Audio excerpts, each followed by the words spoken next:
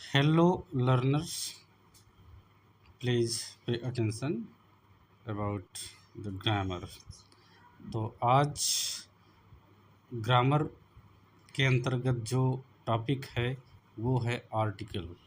Article का मतलब हिंदी में होता है अग्र शब्द, जो नाउन के पहले शुरुआत में लगा दिया जाता है, इसीलिए इसे अग्र शब्द कहा जाता है हिंदी में।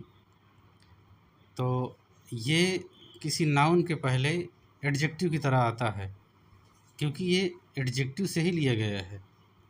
आर्टिकल एक प्रकार का एडजेक्टिव है, और ये आर्टिकल जिस नाउन के पहले प्रयोग कर दिया जाता है, यह उसकी निश्चितता या अनिश्चितता को दर्शाने लगता है। अगर निश्चितता दर्शा रहा है तो वो डिफिनिट आर्टिकल कहलाएगा, और अगर अनिश्चितता दर्शाता है तो वो इनडेफिनिट आर्टिकल कहलाता है। तो इस तरह से ये दो कैटेगरी में बढ़ जाता है। तो जब हम इसे दो कैटेगरी में करके इसका अध्ययन करते हैं तो इसे समझना आसान हो जाता है। तो पहला जो आर्टिकल है वो है डिफिनिट आर्टिकल। डिफिनिट का मतलब निश्चित आर्टिकल, निश्चित अग्र शब्द। तो निश्चित इस प्रकार से इसे आप समझ सकते हैं कि वक्ता या यूजर जब किसी नाउन को यूज करता है, जिसके बारे में वो चर्चा करता है, अगर उसके पहले वो द का प्रयोग करता है, इसका मतलब उससे वो भली प्रकार से परिचित है, अच्छी तरह से परिचित है।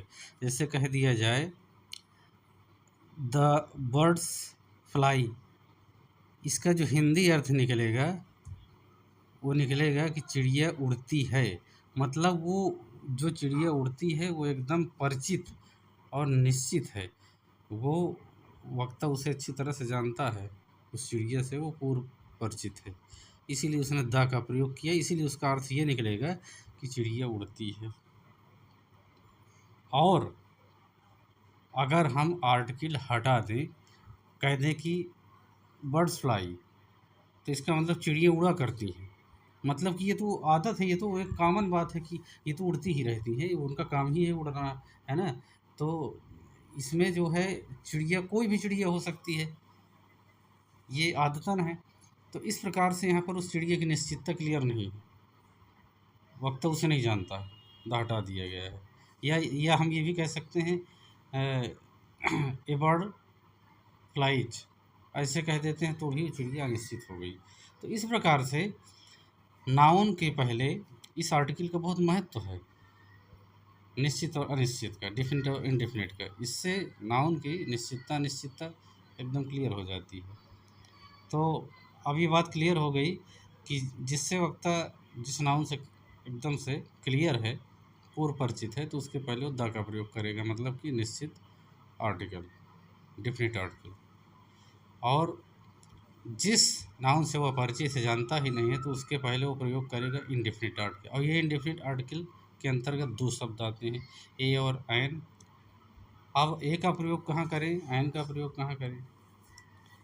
ए का प्रयोग हम जो नाउन कॉन्सोनेंट प्रोनंसिएशन से शुरू होता है, यानी हिंदी वाली जो आवाज़ होती है कॉन्सोनेंट की, उस आवाज़ से अगर वो वैसे उसकी आवाज़ शुरुआत में आती है तो हम उसके पहले ए का प्रयोग करते हैं। और अगर हिंदी वाले वावल की आवाज़ से शुरू होने वाला कोई शब्द है या उसकी स्टार्टिंग है, तो उसके पहले हम एन का प्रयोग करते हैं। जैसे कहा जाए अम्ब्रेला, अम्ब्रेला में आ की आवाज़ आ रही है, तो ये हिंदी वावल है, तो इसलिए इसके पहले हम आयन अम्ब्रेला का प्रयोग करेंगे। और अगर हम कहें कि यूनिवर्सिटी, तो यूनिवर्सिटी में जो हिंदी की आवाज़ है वो या की आवाज़ है, और हिंदी में या कॉन्सोनेंट होता है, तो कॉन्सोनेंट की हिंदी आवाज़ है, तो इसके पहले हम अब आयन का प्रयोग नहीं कर सकते हैं, इसके पहले हम ए का प्रयोग करेंगे, क्योंकि कॉन्सोनेंट की आवाज़ से स्टार्ट हो रहा है। तो इस प्रकार से हम ए और एन में डिफरेंस को समझ करके इसका प्रयोग करेंगे। उदाहरण सहित क्लियर हो।